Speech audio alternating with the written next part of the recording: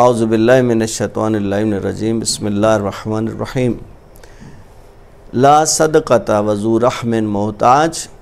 हमारे यहाँ सदका दिया जाता है, लेकिन आम तौर पे हम सदका देने के लिए रोडों पे किसी को तलाश कर रहे होते हैं या महल्ले में किसी को तलाश कर रहे होते हैं, लेकिन हम शरीयत के हुक्म से बिल्कुल गाफिल हैं।